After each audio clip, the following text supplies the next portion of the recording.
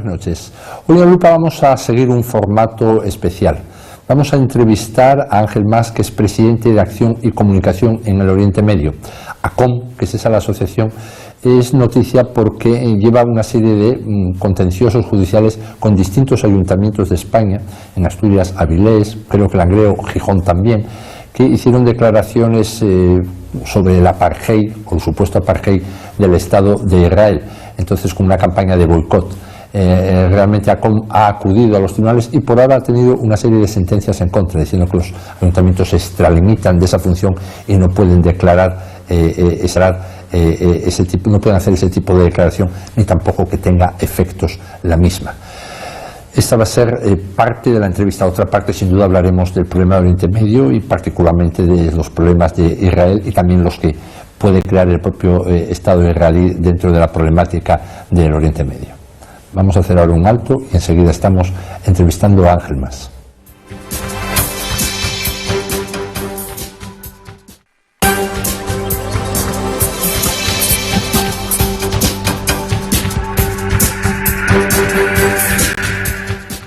Bien, como les hemos dicho antes, vamos a hablar de un asunto que no solemos hablar aquí en La Lupa y por tanto pues es más interesante de lo que no es usual de tratar.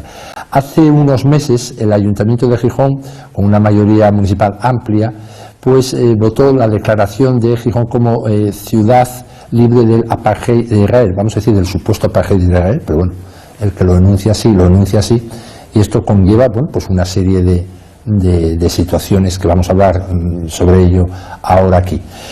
Con nosotros está Ángel Mas, que es presidente de Acción y Comunicación en el Oriente Medio, que es ACOM. Es con lo que conocerán ustedes las siglas normalmente. Ya con la práctica pues lidera en España, en la opinión pública, todo lo que es la defensa de las posturas del Estado de Israel y de Israel en general. Muy buenas noches, señor Mas, bienvenido a La Lupa. Buenas noches, señor Neira, muchas gracias. A usted por venir. Vamos a ver, ¿por qué ustedes impugnaron esta declaración, la llevaron de hecho a los tribunales en un contencioso administrativo? ¿Por qué impugnaron esta declaración del Ayuntamiento de Gijón? Bueno, nosotros somos un grupo, como bien ha dicho, de españoles que queremos las mejores relaciones entre España y el Estado judío. Consideramos que el Estado judío es un Estado amigo, aliado, que comparte valores y prioridades con nosotros. Por lo tanto, la mejora de esas relaciones va a favor de los ciudadanos españoles. Que un ayuntamiento español haga una declaración discriminatoria y antisemita, pues es algo gravísimo. Es discriminatoria, le recuerdo, porque la declaración no solo busca excluir de la vida civil y económica los intereses de Israel en España, sus ciudadanos, sus compañías, sino a cualquier otro ciudadano o compañía, incluidas españolas por supuesto, judías o no judías, que simpaticen, empaticen o apoyen al Estado de Israel. Por lo tanto, es una discriminación clara, es una discriminación antisemita porque solo se dirige hacia un grupo específico, es una discriminación anticonstitucional, pues rompe la neutralidad obligada del Estado y las administraciones públicas, va también contra la legislación internacional y, como un juzgado recientemente en el caso de Langreo también consideró, es una discriminación que va contra los propios derechos humanos. Es normal que un grupo de ciudadanos españoles, la sociedad civil, de esa que tanto se oye pero nadie ha visto nunca, pues aquí está la sociedad civil en acción, simplemente resistiéndose a un abuso desde las instituciones públicas. Digamos que en principio hacer un boicot a un Estado, en principio es ilegal, cualquier Estado, ¿no? Sí, desde luego la legislación internacional es muy clara. Solo el Consejo de Seguridad de Naciones Unidas puede declarar esto. Ni siquiera la Unión Europea tendría capacidad por sí misma de hacer este tipo de declaración. Pero ya que se lleve a cabo desde el punto de vista de una administración local, le voy a poner un ejemplo que es un chiste, pero es así. Es como si el Ayuntamiento de Gijón decidiera un día declarar la guerra a Rusia. Tiene las mismas competencias para ello que para declarar un boicot internacional que afecta a las relaciones de España con un Estado soberano, afecta al comercio internacional, afecta luego a principios fundamentales como libertad de cátedra, libertad de expresión. Claro, usted no vive en Gijón, Asturias, pero aquí es muy usual que en el ayuntamiento se discuta y se aprueben cosas que están lejísimos de las competencias municipales. Es una ágora amplia y allí, pues bueno, hay sitio, digamos, para el ocio intelectual también, para la especulación. Mire, lo que pasa es que un ayuntamiento puede dedicar su tiempo a lo que quiera y luego los ciudadanos podrán decidir si ese es el mejor uso de su tiempo con sus votos. Ahora bien, una cosa es una declaración por expresar una preocupación acerca de un asunto y otra cosa es un boicot. Un boicot no es una declaración política, es una declaración con efectos jurídicos y, como digo, en este caso discriminatorios. Cuando esa declaración viene seguida de unas instrucciones a entidades municipales para que ejecuten ese boicot, para que me discriminen a mí en esta ciudad, como ciudadano español con una serie de convicciones y una serie de opiniones, en ese caso va mucho más allá de un ágora expresando una opinión o una preocupación. Es a donde quería decir con ese ágora. Vamos a ver, en los efectos prácticos, si el ayuntamiento es consecuente con esa declaración que aprobaron, ¿qué pasos tendría que dar y qué efectos tendría sobre una empresa de Israel, sobre un ciudadano que operara aquí? Como digo, no solo de Israel, sobre cualquier empresa o cualquier ciudadano español al que haya demostrado o que haya explicado simpatía, su apoyo al Estado de Israel. Lo que estamos hablando es efectos legales e inmediatos y que además han sido ejecutados por el Ayuntamiento de Gijón. El Ayuntamiento de Gijón ha instruido a sus empresas municipales y a sus centros de contratación sobre los efectos de este boicot. Y eso lo que implica en realidad es que de entrada a mí me cuestionarán sobre mis convicciones y me exigirán que renuncie a ellas, una especie de auto de fe en pleno siglo XXI, cosa que por supuesto es ilegal, es inconstitucional y además, pues como usted comprenderá, es una normalidad jurídica. Los efectos reales y las implicaciones prácticas ya están sucediendo. Y de hecho las empresas municipales, por ejemplo, no contratan con un proveedor que estuviera afectado por este boicot. Y como usted comprenderá, este boicot tiene unas implicaciones tan amplias que consistiría en que a cada una de las empresas se le exigiría que él y sus proveedores explicaran sus relaciones con el único Estado judío del mundo y por qué hacen negocios con él. Como le digo, es crear un subsegmento en la sociedad que queda excluido de la vida civil y económica simplemente por sus convicciones, sus opiniones, cosa que es claramente inconstitucional. Y un paso más allá, ¿esta declaración anima a la ciudad a cooperar con el movimiento BDS? Sí, por supuesto, no solo la anima, se adscribe al movimiento BDS. Y me gustaría recordar a todos nuestros telespectadores que el movimiento BDS es un movimiento que no busca ninguna solución de dos estados, que busca la creación de un solo Estado a costa del otro, que busca la exclusión de un Estado judío, la desaparición de ese Estado, que busca una guerra económica efectiva contra el Estado de Israel y que lo hace glorificando el terrorismo, promoviendo la lucha armada. Estamos hablando de un movimiento extremista y virulento, muy peligroso. El Ayuntamiento de Gijón hoy día está adscrito a ese movimiento. ¿Qué piensa usted de la actuación del Ayuntamiento de Gijón?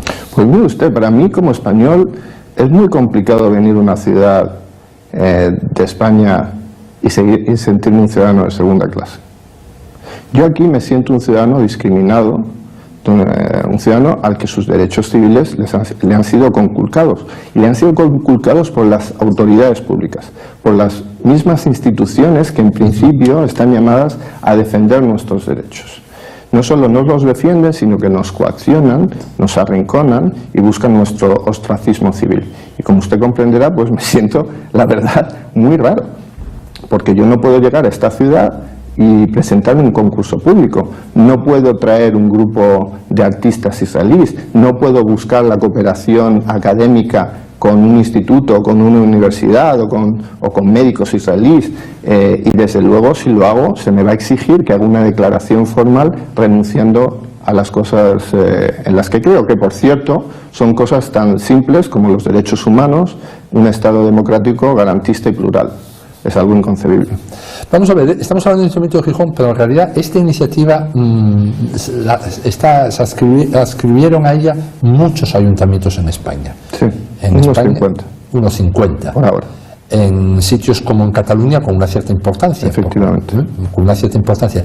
Incluso en Cataluña, no sé si es igual, no sé un ayuntamiento, pero la Universidad Autónoma de Cataluña pues apoyó una iniciativa, suscribió una iniciativa parecida a esta. No sé cómo es, si es exactamente igual, pero muy parecida, ¿no? Efectivamente. ¿Cómo es esta cadena? ¿Cómo se aumenta así esto? Pues esta cadena surge, como digo, de un movimiento internacional muy bien subvencionado, muy bien dirigido. Esto no es fruto de la casualidad. Y ellos históricamente han estado subvencionados precisamente por las entidades públicas que buscaban su apaciguamiento. Son gente que viene de movimientos de extrema izquierda, antisistemas, y que viven un poco de la subvención pública. Cuando estos elementos llegan al poder local, como han llegado en España, vía gobiernos de Izquierda Unida, Podemos o coaliciones similares, pues han tenido acceso a unos recursos, tanto humanos como económicos, sustanciales. Para ellos este asunto es central. No tengo que comentar aquí las noticias y los análisis policiales en cuanto a quién financia y ha financiado estos grupos. Por lo tanto, no es un asunto periférico para ellos, es un asunto central, primordial, prioritario. Y de las primeras iniciativas que estos grupos toman una vez que llegan a posiciones de poder, una de ellas es precisamente crear una zona de exclusión para las personas que creemos diferentes a ellos. La disidencia no la comprenden muy bien, no la aceptan. Y esta zona de exclusión consiste en que una serie de elementos de estas personas, liberados económicamente para este fin, se trasladan a una serie de localidades contiguas y buscan crear una mancha de aceite, una zona amplia de exclusión para personas como nosotros, como para cualquier judío, para cualquier persona que simpatice con el Estado de Israel. Van a esta serie de ayuntamientos y le explican una serie de farsas, con un metalenguaje del que podemos hablar, y consiguen que ante el desconocimiento o la irresponsabilidad de los representantes políticos, pues se apruebe, como digo, una serie de mociones, una serie de iniciativas que son simplemente, primero, para las que el ayuntamiento no tiene competencias, y segundo, que son claramente inconstitucionales. Esta es la cadena que está sucediendo, y si van a regiones, a municipios contiguos, e intentan crear esta mancha. De todas formas, la Fiscalía podría actuar de oficio, ¿no?, en todo esto. Debería actuar de oficio. Cuando no y por dejación, pues tenemos que ser ciudadanos individuales. Nosotros, yo tengo mi trabajo, los miembros de ACOM tienen su trabajo, no somos profesionales de esto, pero sí, como digo, es la sociedad civil en acción que se tiene que movilizar con sus propios recursos, sus propias capacidades, para hacer frente de un modo verdaderamente sorprendente a las propias instituciones públicas. Una vez que nosotros tomamos esta iniciativa, entonces sí, la Fiscalía tiene que informar, y los informes de la Fiscalía y los resultados de los juicios que ya han sido resueltos, pues por supuesto, como no podía ser de otro modo, son favorables. ¿Qué reacción social, si es que la hubo, percibieron ustedes tras la declaración, por ejemplo, del Ayuntamiento de Gijón? ¿Hay gente que mostró preocupación? Bueno, yo creo que la reacción de una sociedad civilizada y de una sociedad consciente es claramente, primero, el estupor, la preocupación, el rechazo y la movilización. Piense que ha habido compañías, empresas que expresaron su estupor a la alcaldesa y que buscaron una audiencia que no recibieron y decidieron irse de Gijón. Ha habido ciudadanos que han escrito en la prensa, ha habido grupos políticos que han rechazado de plano estas medidas. Estas medidas también encuentran respuesta en la sociedad civil. El Club de los Viernes, por ejemplo, en Gijón ha organizado campañas al respecto. francamente exitosas. Nosotros hemos hablado con muchas personas relevantes de esta ciudad y de Asturias, y en privado y en público han expresado su rechazo más absoluto, como no podía ser de otro modo. ¿ACOM en concreto, cómo formularía usted qué fines tiene? Mire, nosotros somos una asociación de ciudadanos españoles. Hay judíos, hay no judíos, hay gente que no se define, ideológicamente de un espectro muy amplio, dentro del constitucionalismo, dentro del respeto al Estado de Derecho, pero dentro de ese marco muy amplio, y que nos une pues una simpatía hacia el único Estado judío. Esa simpatía puede tener muchos orígenes, algunos culturales, otros políticos, otros profesionales, pero en general se basa en que es un Estado democrático, que es un Estado garantista, que es un Estado plural, y por lo tanto es un Estado aliado de España en una zona donde es francamente muy difícil ser todo eso. Además, el Estado de Israel ha demostrado históricamente su lealtad a nuestra democracia, por ejemplo, colaborando en actividades contraterroristas de un modo callado pero muy efectivo, y por lo tanto un país que sufre también del terrorismo yihadista. Nosotros no podemos más que expresar de nuevo la simpatía y el respeto por ellos. Ustedes, por así decir, representan respecto al Estado de Israel justo una visión opuesta a grupos como el Comité de Solidaridad con la Causa Árabe. Sí, le voy a decir 2 o 3 diferencias. A nosotros no nos subvenciona nadie. Nosotros vivimos de las contribuciones de nuestros miembros y de nuestros simpatizantes. El llamado comité recibe subvenciones de multitud de entidades públicas, de ayuntamientos, de diputaciones. Por lo tanto, la primera diferencia es que nosotros representamos a la sociedad civil organizada y ellos representan a un movimiento subvencionado. La segunda diferencia obvia y lógica es que nosotros representamos una posición desde España, desde el respeto a la ley y desde el respeto a nuestra Constitución, que va a favor de un Estado democrático. Ellos representan a grupos que no hablan de España, sino del Estado español, igual que no hablan de Israel, sino de la entidad sionista. Ellos no creo que respeten nuestro marco constitucional, desde luego muchos de esos grupos no, y por lo tanto apoyan pues regímenes que son más parecidos a lo que ellos quieren representar, que son satrapías del Medio Oriente donde no se respetan los derechos humanos ni la democracia. Le quiero recordar que en los territorios palestinos que tienen autogobierno no ha habido elecciones desde el año 2006, no se respetan los derechos humanos, no hay libertad de prensa, los gays no tienen, por supuesto, libertad, hay coacciones contra las minorías religiosas. Por lo tanto, verdaderamente sí que venimos desde 2 espectros muy diferentes de la sociedad española. Por lo que nos decía antes, el movimiento BDS, que me gustaría que nos hablara algo de él, tiene apoyo de partidos políticos españoles y crece en España debido a ello. Sí, tiene apoyos claramente. Mire, el movimiento BDS viene de una red internacional que viene de las reuniones de Durban de comienzos de siglo, que es una aglomeración de movimientos antisistema que busca verdaderamente la guerra económica contra Israel. Una vez que sus acciones bélicas contra el Estado judío no tuvieron éxito en las sucesivas guerras, una vez que el Estado judío ha sido capaz de defenderse exitosamente, dolorosa pero exitosamente, del acoso del terrorismo, siguen buscando ángulos para deslegitimar al Estado de Israel. Y uno de ellos es la guerra económica. Estos grupos se organizan en redes.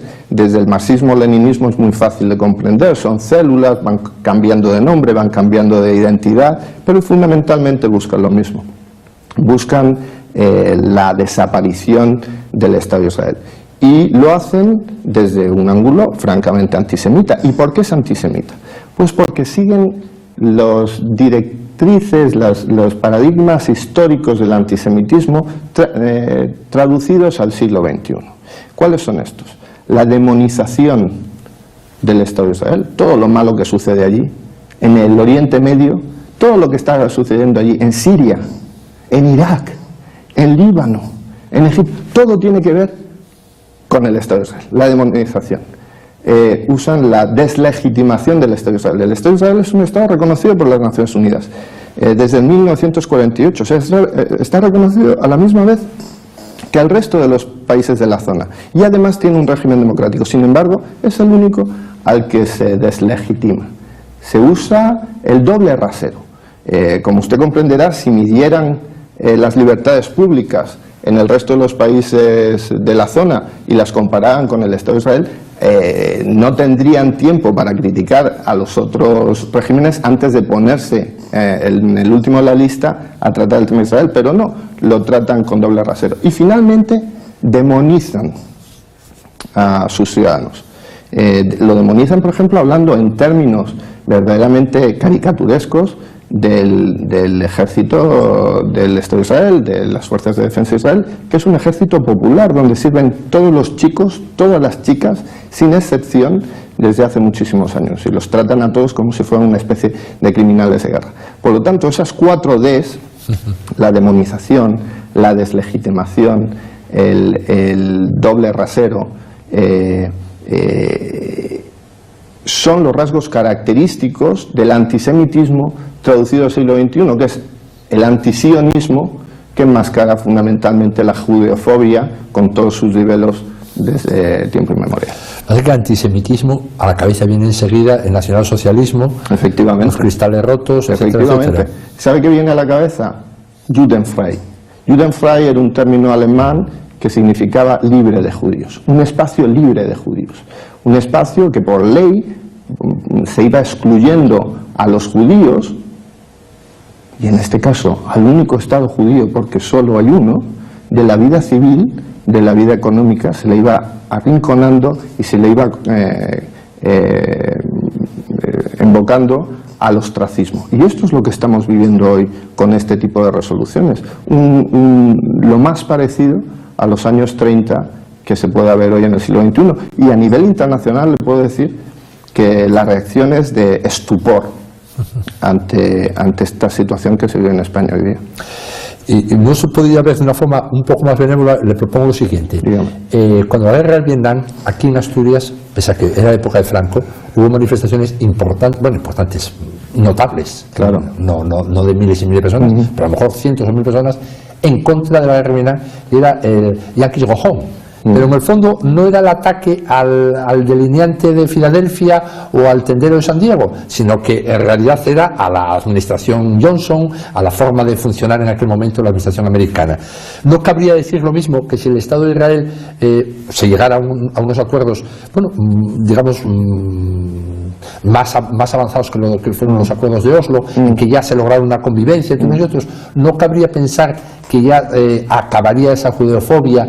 Y bueno, como pasó con Estados Unidos, ahora ya no hay tanto Yankees Go Home, por lo menos en España o en esta zona nuestra del planeta. Mire,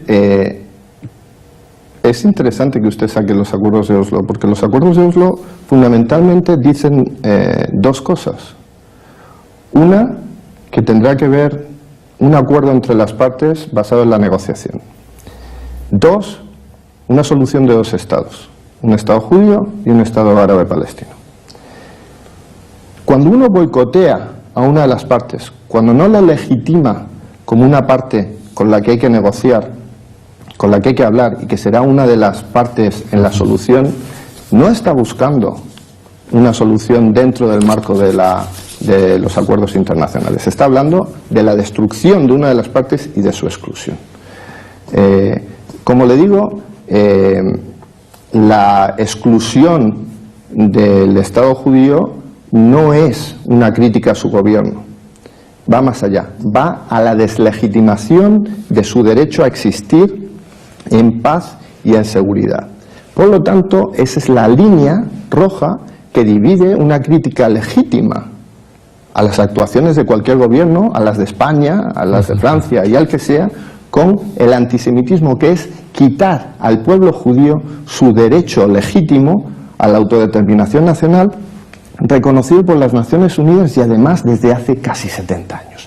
Eso es la línea roja que este tipo de grupos quiere enmascarar, pero que está fundamentalmente ahí. Si además estas declaraciones no solo critican, que ya es suficientemente irresponsable, al Estado de Israel, a sus compañías y a sus ciudadanos, sino también a cualquier otro ciudadano, incluidos los españoles, judíos o no judíos, que defendamos o que simpaticemos con el Estado de Israel, entonces estamos hablando de una situación completamente diferente. Estamos hablando de discriminación por motivos de convicciones, por motivos de origen étnico, por motivos religiosos, que es, francamente, algo que está recogido en nuestro Código Penal y en nuestra Constitución. Dejando estos grupos y viendo la sociedad en general, ¿por qué la opinión pública es bastante crítica con Israel, con el Estado de Israel, el conjunto de la opinión pública? Mire, yo creo que hemos llegado a una situación donde aquí todo el mundo sabe del tema de Israel y de Palestina todo lo que no saben de cualquier otro tema. Si usted en la calle pregunta a la gente, oye, ¿usted qué piensa del problema de Georgia? Con sus regiones que se quieren separar, o del problema de Chipre y de la invasión del norte de Chipre, o del problema pues la gente dirá, pues yo no tengo ni idea. De este tema todo el mundo sabe. ¿Por qué? Pues porque se ha institucionalizado desde hace muchos años, vía los medios y vía la academia, un metalenguaje, una narrativa que ha sido ampliamente aceptada y que simplemente ya se repite como si fuera una verdad aceptada. Términos como apartheid, que es francamente indignante. Términos como genocidio, que por supuesto lo usan porque saben que a la comunidad judía es la cosa más sensible y más dolorosa que se pueda mencionar. Términos como territorios ocupados en vez de territorios disputados. Términos como colonias y asentamientos en vez de barriadas. Términos como campos de refugiados después de 70 años. Alguien que haya estado por allí, la gente se debe imaginar que viven en tiendas, son ciudades. Como le decía, el término genocidio o la limpieza étnica es algo verdaderamente insultante, considerando que en el momento de la independencia de Israel vivían entre el Jordán y el mar Mediterráneo 500.000 de árabes. Hoy viven más de 5 millones de árabes. Como genocidas, los israelíes serían los peores genocidas de la historia. Hablamos de refugiados, los refugiados palestinos. Usted sabe que los refugiados palestinos tienen un estatus especial y único en el mundo. Hay una agencia de refugiados de la ONU para todos los refugiados del mundo y una especial para los palestinos desde hace 70 años. Pues bien, esta agencia reconoce unos derechos únicos a los refugiados palestinos, que es que el estatus de refugiado se hereda. Algo que no se conoce en ningún otro caso. Por lo tanto, ahora mismo dicen que hay 6 millones o 7 millones o no sé cuántos millones de refugiados palestinos por el mundo porque se hereda y por lo tanto se eterniza y se perpetúa. Desde ese punto de vista, ¿usted ha oído hablar alguna vez de refugiados de la Prusia Oriental? Pues no. ¿Usted ha oído hablar alguna vez de refugiados judíos? 850.000 judíos, muchos más que los palestinos que abandonaron el territorio de Israel, fueron expulsados de los países árabes. Se tuvieron que ir de allí después de pogromos, de masacres, con una mano delante y otra detrás. El Estado de Israel los aceptó, los reasentó, son ciudadanos de pleno derecho. No irá a hablar de refugiados judíos. Lo que estoy intentando comentar es que la perversión de este metalenguaje y la aceptación de estas farsas, por supuesto, van calando en la opinión pública, una opinión pública que se siente suficientemente educada en el tema cuando no lo está para tener opiniones y generalmente, por supuesto, hostiles hacia el Estado judío. Vamos a ver, respecto a lo primero que dice la opinión pública cree que sabe quién es el culpable, pero yo creo que casi nadie se atreve a levantar la mano y explicar, porque ya no conoce el mapa, para empezar. No lo pueden poner en el mapa. Por eso quiero decir que esa parte de que saben de fútbol, o creen que saben de fútbol, pero de aquí dirán el culpable de Israel, pero poco más. Claro, pero repetirán 3 o 4 términos como papagayos, repetirán, porque es lo que oye uno en un bar cuando pone el oído, refugiados, genocidio, ocupación, eso lo repetirán. Respecto a lo que decía al principio de la visión de la opinión pública, vamos a ver, si el Estado de Palestina, si Cisjordania y Gaza estuvieran en mejores condiciones de vida, yo creo que bajaba la percepción de la animosidad contra Israel. Por supuesto. Gaza es 30 veces más pequeña que Asturias, tiene el doble de población. Yo no imagino un territorio 30 veces más pequeño que Asturias meter, bueno, el doble de la población. No, en Gaza vivían 100.000 personas. Sí. Quiero decir, el crecimiento demográfico de Gaza es enorme, igual que el de los territorios palestinos, igual que el de los árabes que viven en Israel, por cierto. En Israel viven 1,5 millones de árabes. En el momento de la independencia eran 300.000. Es una población con un crecimiento demográfico brutal. El crecimiento demográfico no se da en situaciones de absoluta pobreza e incapacidad de subsistencia. Eso es lo primero, es una contradicción en términos. A Israel lo acusan a la vez de generar hambrunas y de provocar la obesidad en la población palestina. Lo acusan a la vez de provocar las sequías de algún modo mágico y a la vez de inundar territorios completos. La cuestión de los territorios palestinos es muy sencilla, en realidad. Los territorios palestinos, la población palestina, ha recibido unas 100 veces per cápita el equivalente al Plan Marshall. Y se lo han robado. Sus dirigentes se lo han robado. Por eso la viuda de Yasser Arafat vive en París a cuerpo de reina. Porque se lo han robado. Y siguen recibiendo cientos y cientos y cientos de donaciones anuales y no las usan para crear sus instituciones democráticas, que eran lo que los acuerdos de Oslo proclamaban y promovían, la creación de instituciones democráticas, de una sociedad civil que pudiera mantener un Estado. Ahora mismo, cuando nos hablan de un Estado palestino, ¿qué Estado? Si tienen en el margen occidental, en Judea y Samaria, sí, en lo que llaman Cisjordania, sí, tienen unos señores de Fatah y tienen en Gaza otros señores que son islamistas, que se matan entre ellos. ¿Qué Estado se va a dar? Por supuesto que la mayoría de la población israelí y la mayoría de los que apoyamos a Israel pensamos que la solución de los Estados es la lógica, pero un Estado que no sea un Estado fallido de entrada. La comunidad internacional necesita otro Estado fallido a día de hoy. No, lo que necesita es que las instituciones palestinas florezcan, y para eso es muy importante que a los propios palestinos se les empiece a exigir, no a perdonar todo y no a tratarles permanentemente como menores de edad, sino que se les exija la responsabilidad de crear su propia nación y de ser capaz de subsistir con sus vecinos. Y eso hasta ahora no se ha producido. ¿Usted concibe las intifadas si hubiera una mejor calidad de vida, por ejemplo, en Gaza? Pero las intifadas han comenzado en el margen occidental, sí, sí, donde la renta per cápita ha seguido creciendo gracias a la proximidad y el trabajo que ofrece Israel. Desde Gaza lo que se han recibido es, en Gaza, Israel, el Estado de Israel se retiró unilateralmente en el año 2005. Sí. Dejó una infraestructura económica francamente extraordinaria. Cultivos tecnológicos, sí, sí, plantas eléctricas y tal. Y al día siguiente de retirarse, desde Gaza empezaron a caer cohetes hacia Israel, que hoy día llegan a casi 20.000. 20.000 cohetes lanzados desde Gaza. Y llegan a Tel Aviv. Y llegan a cualquier población de Israel. Y usted me dice, la ocupación, Gaza no está ocupada.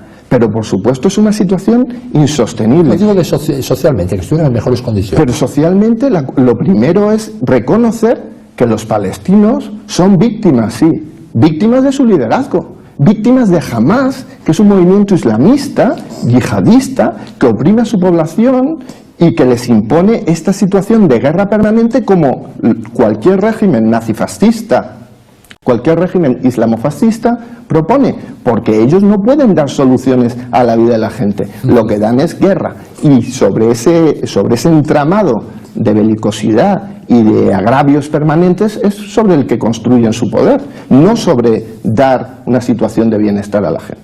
Otra cuestión, esta ya es más, vamos a decir, concreta. Esta dinámica que a la gente le impacta a la opinión pública internacional, Estábamos hablando ahora los cohetes que tiran, los misiles desde Gaza, que cada vez llegan más lejos, llegan a 120 kilómetros, llegan a 130 kilómetros, que al principio no. De hecho, bueno, Israel ya logró construir un escudo porque hay que decirlo claro, vamos a ver, Israel es el Estado que tiene muchísimo más desarrollo económico que todos los de la zona. De hecho, tengo apuntado para preguntar luego que Israel va muy bien. Israel tiene más renta per cápita que España, diría, y ya hace unos años tenía menos. O sea, decíamos que crece en población, cuando la guerra de los 6 días eran 3 millones, ahora son 8,2 millones. Es decir, que dentro de todo este contexto de dificultad y de como está, Israel le va bien, logra, no digo le va bien en un sentido cínico, que le va bien, sino que los datos están ahí, los datos económicos.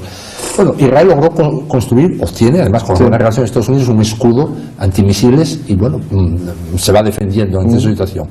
Pero quería decir una situación concreta, una dinámica que ocurre muchas veces. Los palestinos matan a dos niños o 2 soldados israelíes. La respuesta Israel siempre responde, siempre tiene. Yo siempre digo que Israel tiene la mecánica de cuando eran muy pocos habitantes y valora muchísimo el capital humano. Cuando eran 3 millones hay que cuidar mucho, como hacemos hoy día en España con los niños, que casi no hay, pues lo mismo. Hoy día, bueno, es distinto, pero actúa de la siguiente forma: no es el diente por diente bíblico, sino el dentadura por diente. La respuesta es, más grande. A nosotros es muy curioso porque es un tema interesante el que usted saca de la contención y la proporcionalidad. Eso, bien dicho. ¿Qué contención y proporcionalidad hemos exigido a los norteamericanos cuando murieron 3.000 americanos en el ataque a las Torres Gemelas? ¿Y qué contención y proporcionalidad se ha exigido a los franceses cuando después de los ataques en París ellos reaccionaron y mandaron aviones a bombardear Siria? Parece que la contención y la proporcionalidad solo se exige a ciertos estados, en este caso al único estado judío. Porque es que se nos olvida. Es como pedir contención y sobre todo proporcionalidad a situaciones de terrorismo. Le voy a decir una cosa. El otro día 2 desalmados llegaron a un café, como ustedes saben, en Tel Aviv y se pusieron a disparar indiscriminadamente a gente que estaba tomando café. La respuesta proporcional, ¿cuál es? Que vayan 2 judíos a Hebrón, se vayan a un café y empiecen a disparar indiscriminadamente. Eso es una respuesta proporcional. El Estado judío no hace eso. Cuando el Estado judío responde con sus capacidades bélicas, pero siempre con contención. Y la mejor prueba es la siguiente: la capacidad militar del Estado judío haría desaparecer del mapa Gaza en unos 10 minutos. Eso no se ha visto nunca. Usted ha mencionado la densidad de población de Gaza. Sin embargo, en acciones bélicas donde los palestinos se esconden detrás de su población civil, envían misiles desde escuelas de las Naciones Unidas, desde hospitales, usan escudos humanos con su propia gente, las víctimas civiles son lamentables, siempre en toda guerra, horribles. Siempre va a ser desproporcionado por definición, pero sin embargo son muy pocas en relación a esa situación de densidad de población que usted ha mencionado. Es bien conocido que el Estado de Israel y sus fuerzas armadas avisan de los ataques aéreos que van a hacer, lanzan panfletos, mandan avisos por radio en árabe, y simplemente cuando no se puede evitar, y no se puede evitar porque las propias autoridades palestinas, en este caso de Hamas, usan a su propia gente como escudo humano, pues mire usted, el Estado judío se fundó, entre otras cosas, para defender la vida, como bien ha dicho, de sus habitantes y para que nunca más asesinar a judíos sea una cosa que se pueda hacer con impunidad. Esa es la labor del gobierno de Israel y supongo que nadie le debería criticar al respecto. Desde luego, en España, que hemos conocido la lacra del terrorismo, no creo que nadie haya podido criticar al Estado por usar dentro de la ley y dentro de la proporcionalidad todos sus mecanismos para acabar con el terrorismo, que aprovecha precisamente que lo que tiene enfrente no es un actor desalmado, es un Estado de Derecho. Al primer ministro Benjamin Netanyahu le producirá alguna alegría el que se acabe Obama, el fenómeno Obama. Pues no lo sé. ¿No le parece? No se lo he preguntado. Yo le puedo decir que en principio la administración Obama no ha sido la mejor amiga de Israel. Y no lo ha sido, no representando los intereses y la opinión de la mayoría de los ciudadanos norteamericanos, que se declaran en proporciones extraordinariamente amplias a favor de Israel. En Estados Unidos se comprende perfectamente la realidad de un Estado democrático asediado por el yihadismo y por el terrorismo. El apoyo a Israel es lo que ellos llaman bipartisan, o sea, viene de la izquierda y viene de la derecha, viene de los demócratas y viene de los republicanos.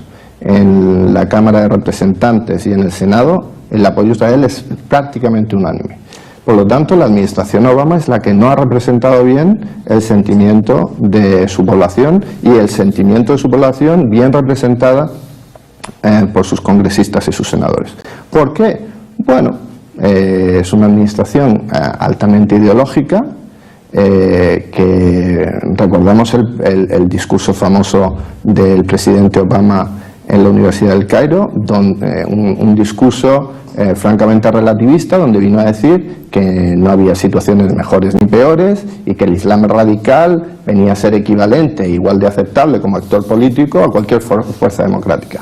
Bueno, viene de ese espectro ideológico esa confrontación, pero le recuerdo que el primer ministro Netanyahu se ha dirigido a las dos cámaras en varias ocasiones y las dos cámaras le interrumpieron el discurso decenas de veces para aplaudirle en pie. De todas formas, ese mismo presidente Obama logró que el acuerdo con Irán, que tan claramente el Estado de Israel, digamos, mostró su preocupación y argumentó contra él, logró que tuviera el apoyo de las instituciones en Estados Unidos. Logró el apoyo mayoritario de la Cámara sin un apoyo extraordinariamente amplio por los pelos, y sí lo logró sobre la base de que, según él, para los intereses de la paz internacional, pues era lo mejor que se podía hacer. Yo personalmente discrepo, muchos discrepan, pero sí lo logró. El miedo que tenían ustedes en ese acuerdo era que tenga poder atómico Irán. Bueno, Irán, su dirigencia, el régimen de los mulás, que por cierto no es ningún régimen democrático ni que respeta los derechos humanos, y va colgando homosexuales de grúas cada 3x4, seamos claros de qué régimen estamos hablando, pues además ha expresado públicamente su intención de destruir al Estado de Israel. Lo han dicho perpetuamente. Por lo tanto, que un Estado así tenga acceso a material nuclear, pues es francamente preocupante. Si además consideramos que ese Estado repetidamente ha sido patrocinador de actividades terroristas internacionales, pero particularmente dirigidas contra judíos, y no contra israelíes, solo contra judíos. El atentado de la AMIA, de la Mutua Judía en Buenos Aires, iba dirigido contra una comunidad judía en un país hermano nuestro como es la Argentina, y mataron a decenas de personas, y eso fue un atentado que estuvo perpetrado por el régimen de Irán. Quiero decir, que ese régimen tenga acceso a armas nucleares y que se quede por la naturaleza de este acuerdo a un paso justo por debajo de la consecución de armas nucleares, y que tenga acceso a toda esa tecnología y que no tenga que desmantelar, y que además se acepte que ha estado mintiendo a la opinión pública internacional sobre el verdadero desarrollo de la tecnología que estaban teniendo y el verdadero propósito, pues eso, como usted comprenderá, es como si tuviéramos nosotros los españoles un Estado francamente hostil, amenazándonos con destrucción a 100 kilómetros de Algeciras. Pues nos preocuparía bastante. De todas formas, uno de los grandes problemas de fondo de la seguridad mundial es lo que yo llamo, con muchas comillas, la democratización del poder nuclear. Inicialmente Estados Unidos, luego el hilo rojo con Rusia, se suma la política de Gaulle, etcétera. Y hoy día, ¿qué quiere que le diga? Evidentemente, Irán es un peligro, pero si lo tiene Afganistán, si lo tiene la India, si lo tiene Corea del Norte, Pues no se puso, los árabes dirán, no, si es que Israel... no, pero es lo que va a suceder. No, los árabes nunca, en realidad, si usted lo piensa, los estados árabes nunca comenzaron, los estados árabes moderados, Sí. nunca comenzaron una cadena de nuclearización como resultado de la suposición de que Israel pudiera tener la bomba nuclear. Y es muy sencillo. Equiparar la equivalencia entre regímenes respetables que van a usar el poder nuclear como disuasión y con moderación y con control. ¿A usted le preocupa que Estados Unidos tenga un poder nuclear enorme, o Francia, o el Reino Unido? Francamente no. ¿Le preocupa que lo tenga Pakistán o lo tenga Corea del Norte? Sí. Es que no es lo mismo. Entonces la equiparación, la equivalencia no es buena. Lo que sí le puedo decir es una cosa. Uno de los resultados de la irresponsabilidad, desde mi punto de vista, de la administración Obama, es que en una zona del mundo que no estaba nuclearizada desde Pakistán a Europa, pues ahora mismo va a haber una carrera atómica impresionante, porque Irán no solo es considerado un actor hostil para Israel, es un actor hostil para todo el mundo suní, es patrocinador del terrorismo en todo el mundo suní, y por lo tanto el siguiente paso es que Arabia Saudí se nuclearizará, Egipto se nuclearizará, y con ello todo el Magreb acabará buscando su solución nuclear. Y francamente, la irresponsabilidad de la administración Obama nos lleva a que en un momento dado tengamos vecinos en el sur, nosotros los españoles, nuclearizados. Bueno, señor Mas, seguiríamos aquí encantados hablando mucho más de todo esto, entrando ya en más detalles, pero estuvimos ya el tiempo que podíamos disponer de él. Muchas gracias por venir y por dar sus explicaciones. Muchísimas gracias por tenerme aquí. Bueno, pues nosotros ahora hacemos un alto y seguimos con la lupa.